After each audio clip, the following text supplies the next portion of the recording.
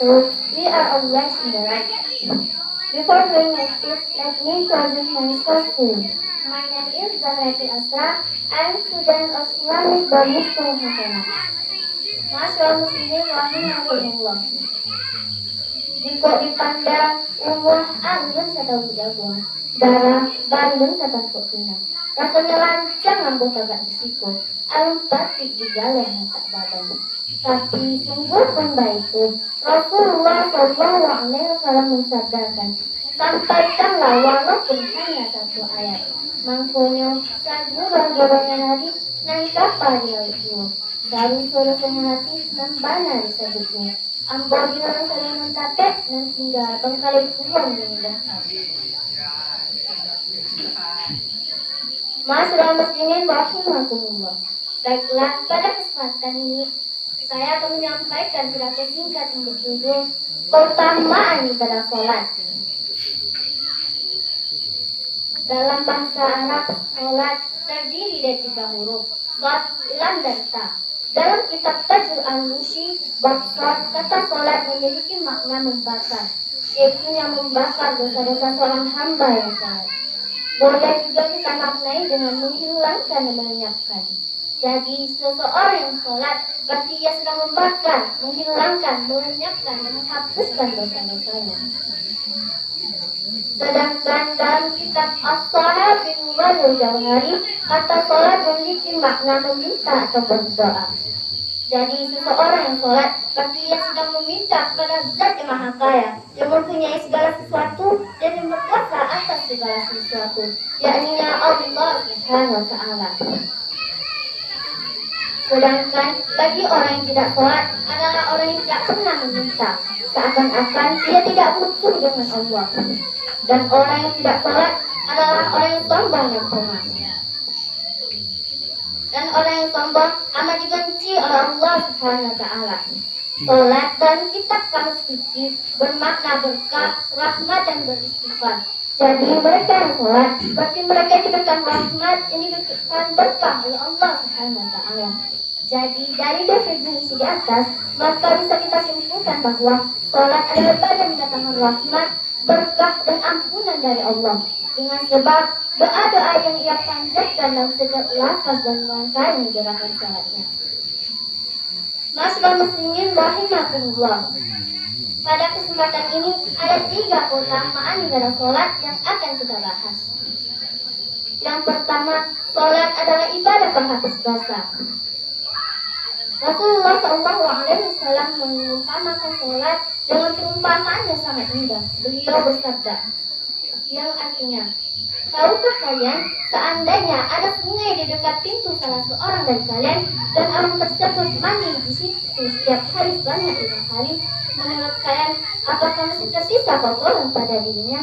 Para sahabat menjawab, tidak sedikit pun kotoran yang tersisa padanya. Dan beliau pun bersabda, maka seperti itulah perumpamaan bagi orang-orang yang sholat. Dengannya Allah menghapuskan dosa-dosa hambanya. Orang yang sholat senantiasa terjaga kesuciannya dari dosa-dosa. Karena setiap yang sholat, ia hapuskan dosa-dosa yang telah ia perbuat. Begitu seterusnya.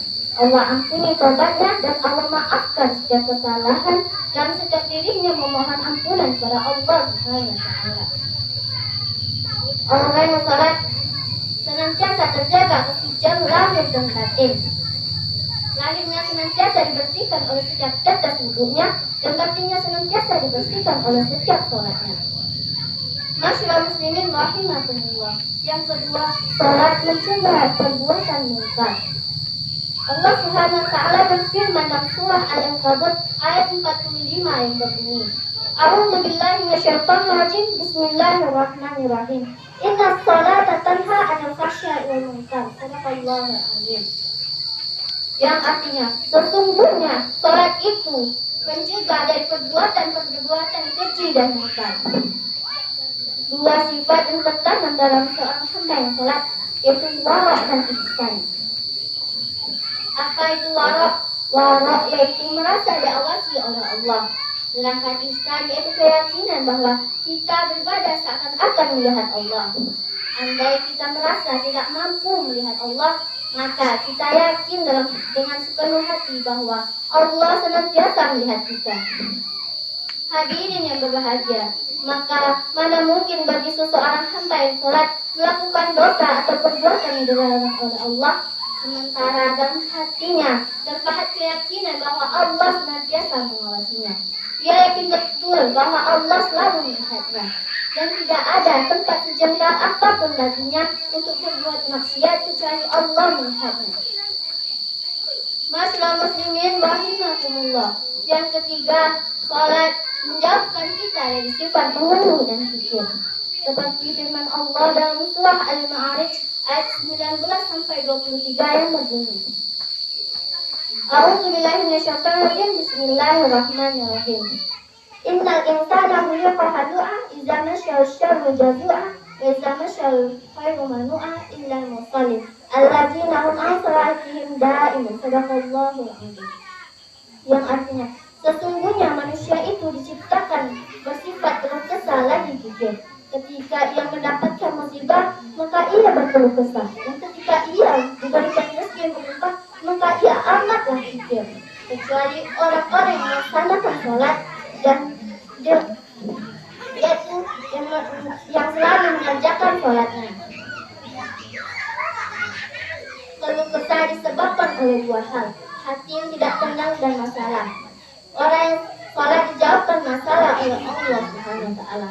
Andai ia memiliki masalah, maka Allah membantu menyelesaikannya. Yang kedua, hati yang tidak tenang. Hati yang tidak tenang karena jauh dari Allah, jauh dari mengingat Allah, dan jauh dari beribadah kepada Allah. Sedangkan bagi orang yang salat hatinya dekat dengan Allah, lalu bersama dengan Allah, dan Allah senantiasa menjaganya, baik yang terjaga maupun terlena. Masyaallah muslimin rahimakumullah. Dari keutamaan di atas masih banyak keutamaan yang lainnya. Dan merugilah orang yang melalaikan apalagi meninggalkan sholatnya. Mengayuh gigi pas sembahyang gigi dikayu sampai kecanduan. Kalau gigi tidak sembahyang kagak kembali canggung. Rangka luka basah pagi membalik loyang dihayakan. Kalau lek tahu jasa diri susah sembahyang ditinggalkan. Banyak sidana di balai segitu saja bicaranya. Banyak orang yang saja pandai segitu saja darinya. Thank you very much for your attention and sorry if I made mistake. Syukran kasihan ala istimamikum, afwan ala kafa'in. Terima kasih atas perhatian, mohon maaf atas kesalahan. Wassalamualaikum warahmatullahi wabarakatuh. Waalaikumsalam.